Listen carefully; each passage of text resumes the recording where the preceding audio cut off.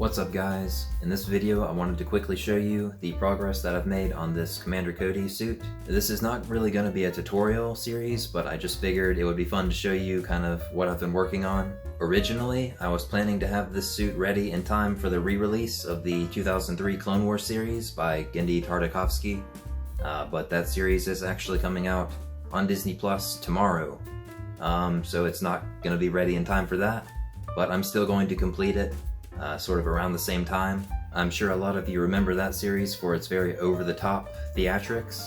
I certainly do, but I loved that show as a kid, and I'm hoping to recreate something from it to kind of carry on the spirit, and also to celebrate its re-release on Disney Plus. So my favorite clone from the Star Wars universe is Commander Cody, and he does actually make a very brief appearance in the 2003 Clone Wars cartoon.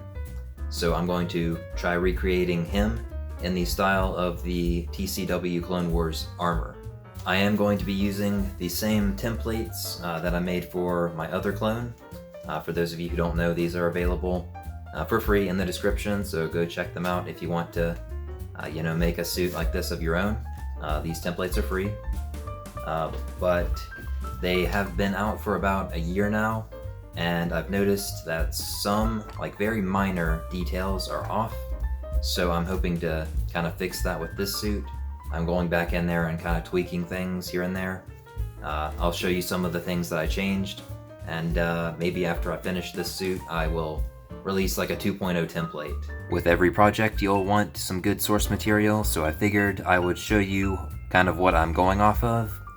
This is the Commander Cody from the 2003 Clone Wars series. He only has a few shots that he's actually in, and he's only in the second movie, so this is really all we get, other than one other little scene, but he's very similar to the live-action style, of course. You can easily tell he's Commander Cody, but there are a few differences between this version and the live-action version. So here I have the Black Series Commander Cody. This is from Hasbro. It's a 6-inch figure, so that there is a lot more detail on it. This is based off of the live-action Episode 3 version, so it's pretty much representative of what he looked like in Revenge of the Sith. And this is different from the cartoon in a few ways, particularly the gray coloring, like on his arms and helmet. And he also has some different helmet attachments. But basically, I'm gonna compare it real quick. So you can see on this version, he has a strap on his arm, and he has gray stripes on his arms, whereas over here it's just all orange. I believe his belt is gray. It's just a very slight difference, but I believe it is in gray, which would be accurate with the Episode 3 version. Another big difference are the lights on his helmet. You can see them in another scene where he turns on these giant fog lamps on his helmet, whereas in this version he doesn't have them. He does have a little tiny light thingy up there, but that's not the same as this one. He also has a lot more antennas. He has only one on the live-action version, whereas over here he has 3. And that's a very odd helmet antenna. I don't think any other clone has one like that. Since I'm actually taking this version and turning it into the Clone Wars version, some of the armor is going to have to change. But we'll get to that, I guess, when we get there. I'm really just making this video to make it clear that I'm not making this version of Commander Cody. So when people ask me where are the gray stripes on his arms, I just want you to know it's based off of the Genndy Tartakovsky 2003 Clone Wars and not Revenge of the Sith. So there is a slight difference. So now I'm going to get into some of the armor pieces that I've already done for this suit. Basically, I've already done the hand plates. I'm just going to put some Velcro right there and probably stick it on my old gloves, since, I can only wear one suit at a time. I'll probably just reuse the gloves. They have a touch screen finger, so I don't want to lose that by buying a cheaper glove. So yeah, these are the hand plates, left and right. I didn't weather them as much as I probably should have, like in comparison to those. There's a lot more white chipping on the rest of it, so I might go back and add some white to these, but for now they're good. I also did the gauntlets. They're just, you know, in orange. Got the orange elbow pad and the stripe going down the arm. This is the one that I did in the painting tutorial, as you guys remember. And I did this one beforehand. I added the foam on the inside to help hold it to my arm better. I haven't done it on this one yet, but that'll be the next step. Other than that, I also have the bicep armor, and you do have to label them, like left and right, because the scarring on it is different. Like this one is going upwards that way, whereas this one is going, you know, upwards that way.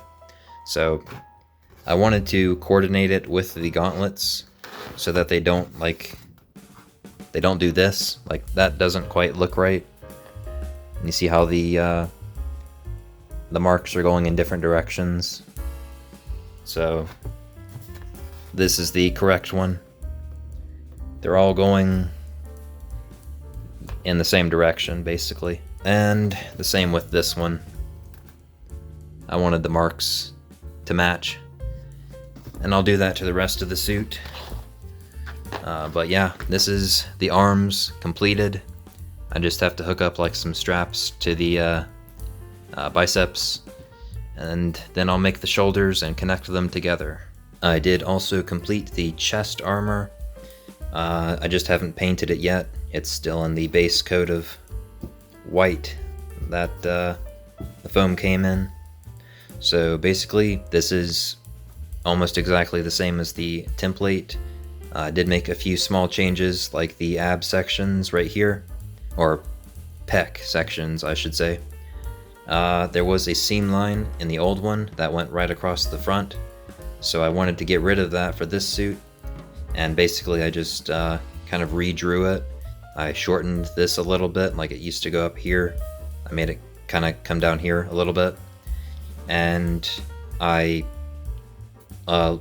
shortened it, I guess. It used to be really wide right here, but I shrunk it down a little bit, and I added a curve, I guess, to this inside piece. You can't really see it from the front, but it does curve a little bit, and I added that just to give it that sort of 3D bulk appearance, because I guess the old one had to rely on that seam line where it would kind of come together and then form like a bubble. So this one should be better. It is definitely a little bit trickier to get these two pieces to come together, but it does look better than the old one with the seam line in it. So other than that, I also added these little indents right here. I need to go back over it because it's kind of rough at the moment. But basically I just added some little grooves in these pieces up here. I didn't add them in my other one because it has a pauldron over it and you can't see it, so there was no point in adding that detail. But for this one, Commander Cody does not have a pauldron, so a lot of this chest piece is seen and you can't hide any of the mistakes, so you gotta, you know, put all that detail on there. For the back section, I need to put those buttons in the back, but Commander Cody does have a jetpack, so I might not even have to put them in there. But otherwise, the back is exactly the same. I didn't change it up at all from the old one. I was worried that the old back section wouldn't match up with the newer chest with the like shortened width, but it actually matched up perfectly fine. I think you just have to maybe squish this in a little bit more, which might actually be better. Like it kind of causes these pieces to be more diagonally slanted rather than straight up and down. So it turned out pretty good. I also wanted to change the inside of these, since my old method relied on magnets, and that was not very good, not very efficient. These are Velcro. It's very tough. I think I overdid it a little bit, because this is like industrial strength Velcro, and the foam is a lot more flexible than the Velcro. I'm not sure how that will hold up in the long run, but at least it's like really secure now. Like, they won't come undone at all. Whereas in the old one, like, it was magnets holding these two halves together, and the magnets would always pop apart. It wouldn't hold up correctly at all. So this is a lot better. It's just more difficult to put on, I think. But all in all, it looks pretty good. I also finished the abdomen section. This is definitely an improvement over the old one. I'll kind of show a comparison in a bit, but basically it's a lot taller now. One of the problems I had with the old one was that it kept sliding out from the back of the chest. Like, this back piece would, I guess the chest would sit right here, and then as soon as I bend over, it would come out and do this. Like, it would fall behind it and get stuck. So this is a lot taller than the old one, and I'm hoping it fixes that issue. So here's the old one. There's a big height difference. So basically, I just kind of extended this area over here, and I kind of curved it over here to allow for better side-to-side motion. But yeah, it's a bit taller, and I'm really hoping this keeps it inside the chest and prevents it from falling out and getting stuck. It was just a minor issue, not something really big, but it's an annoyance that, yeah, I was really hoping to fix with my next suit. I still used the same strapping system, even with the popsicle sticks. It just it works really well. Basically, it looks like that back section, but once you pop it out, there we go. Can't really do it one-handed, but you just pop this out, and it kind of holds it in place there. And then these, straps hold it together. And then you just sort of, you put it back in place, and it keeps it all together. So it's the same on this one. I'm really happy with this little invention of mine. It seems to work pretty fine, so I didn't change that at all. But other than that, yeah, it's about the same. I've also finished the, I guess, cod piece and the belt. So this is almost exactly the same as the old one. It's just in white foam this time, so it looks pretty good already without painting it. There's black tape on the back, but I'm gonna paint over that. It might just be temporary, I don't really know. This foam seems to be a little flimsier, so I'm still getting used to working with it. Basically, that's exactly the same as the old one. No changes were made.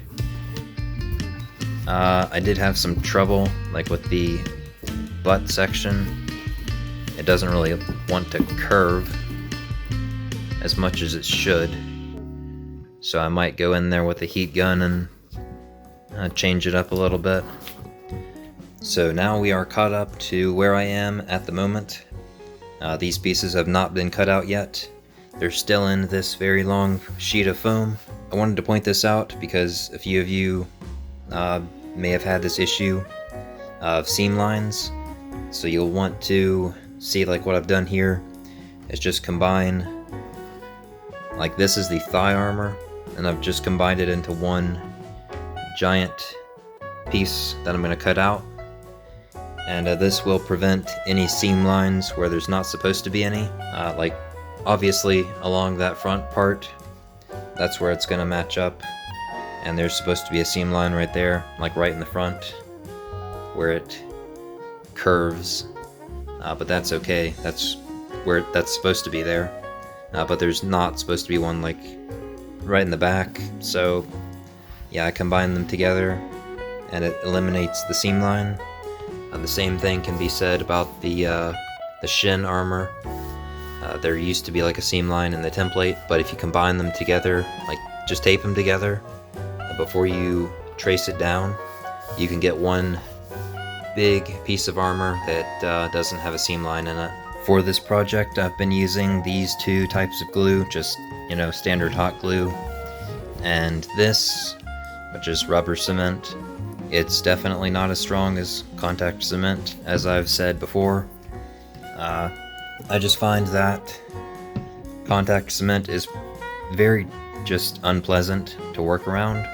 It just smells really bad, and you have to kind of plan when to use it because you want to open a window and have like air circulating throughout the room. You don't want to, I guess, get that fume or those fumes trapped with you. But with these two, there's not really a lot of fumes. This stuff does smell bad initially, but after like 5 minutes, it's gone, so it's nowhere near as bad as contact cement, which can linger for a day or more. And then there's hot glue. It does the job. It holds very strong, especially with EVA foam. So it's like a classic tool that work together very well. And if you are just getting into cosplay, this is definitely the best like beginner option. I'm just using it for the sake of time. It's very fast and easy to use, easy to apply, and it doesn't require like a mask or anything since there's no fumes to speak of. And for painting this suit, I'm using the exact same method that I showed in my painting tutorial.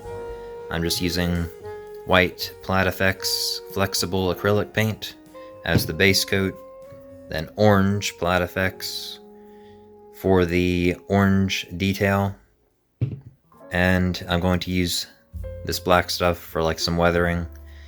This is just regular acrylic. It doesn't need to be flexible because it's just weathering very minor details. It doesn't really matter. And Mod Podge, of course, is like a primer before you paint. For the helmet, I'm honestly not sure what I'm going to do quite yet.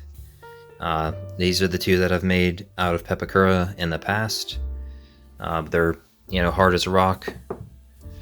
So I was thinking about making one out of foam instead, just because for the sake of time, and I just don't really want to use Pepakura at the moment. It's just kind of difficult where I'm staying at the moment, so I might try using foam, but I haven't quite decided yet.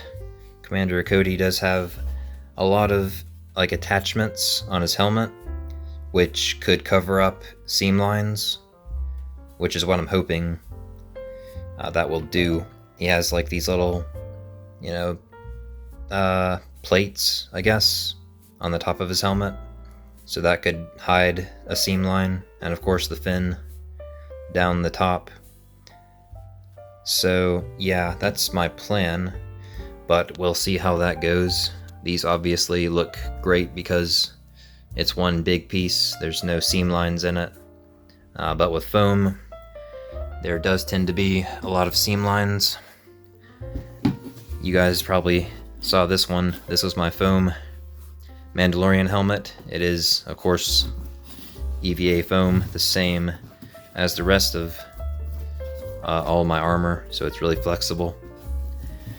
Of course, the problem is the seam lines, but since Cody has those, I guess, head plates, helmet plates, that might cover that up enough. We'll have to see, but yeah, it would be cool to have a clone version of this. Another thing that I wanted to show you real quick was these shoes that I'm working on. These are specifically designed to be like the Clone Wars style Clone Trooper shoes. This is the original one. It doesn't have grooves in it, but I cut these into the bottom of this shoe since it's like a rubber material.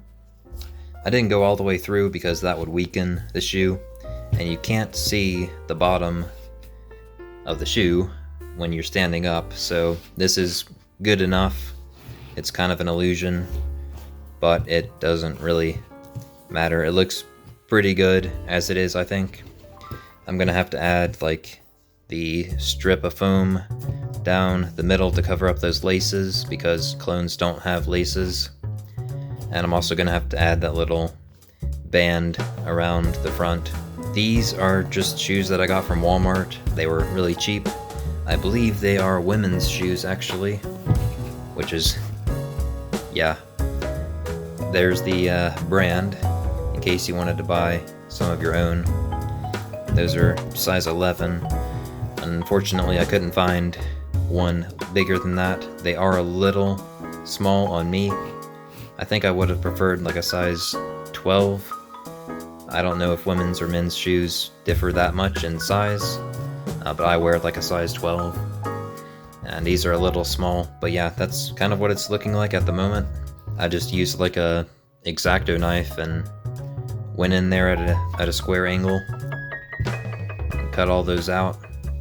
It took a while for sure, but I think the results are worth it. These are different from the live action style clone shoes because I have a picture over here.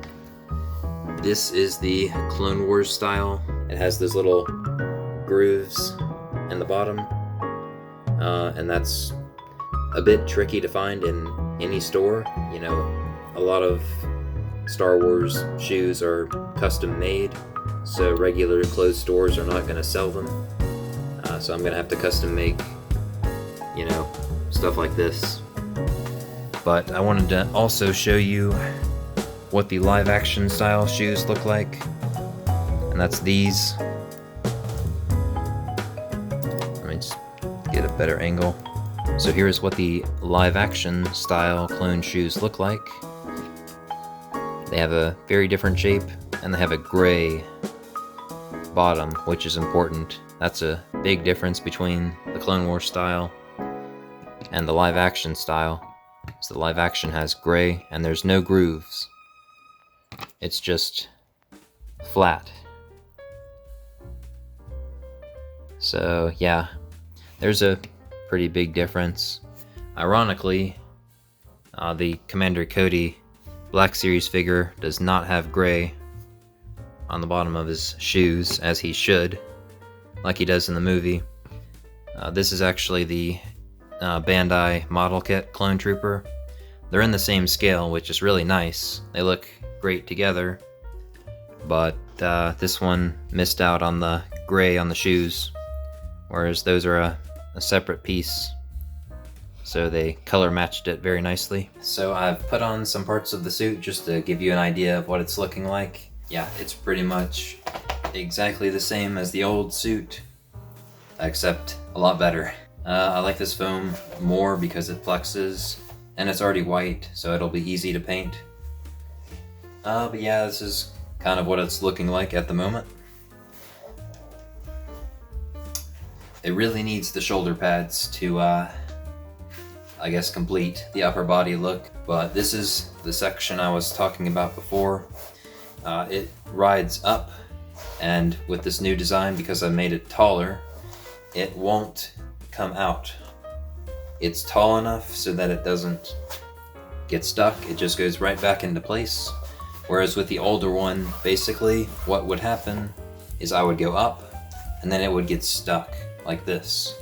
Or the same thing in the back. It would just kind of go over and it would get stuck like that. But this one is tall enough so it won't happen.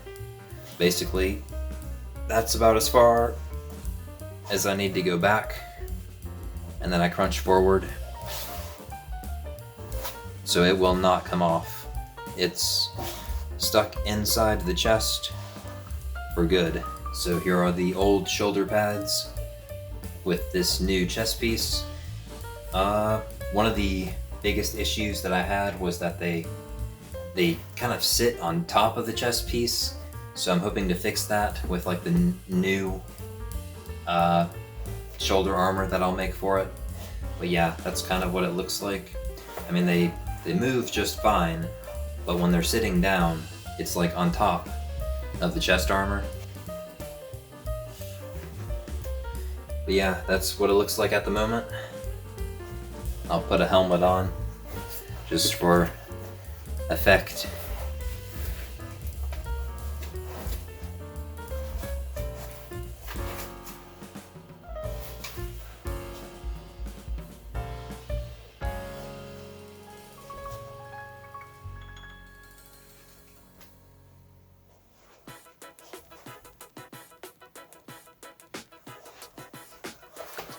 So that's what the suit is looking like at the moment. So that's it for this video, guys. If you have any questions or comments, feel free to leave them below. Once again, the template for this is free in the description. But like I said earlier, I'm thinking about making a 2.0 to fix some of the minor issues, so you might want to wait for that. It might be a few months away though, since I'm gonna, I guess, tweak all of the armor pieces first, and then make the suit, and then maybe remake the template. That's kind of my plan. But I really wanted to make this suit as fast as possible, and this was just kind of an update video to show you what I've been working on lately. I will do a tutorial series on the Republic Commando like you guys requested, but before that I wanted to get in a few smaller projects such as this one, using the same templates that I've already made. So that's it for this video, guys. I hope it was useful, or at least entertaining. If you want to see more content like this, feel free to hit that subscribe button, and I'll see you guys in the next video. Bye, guys.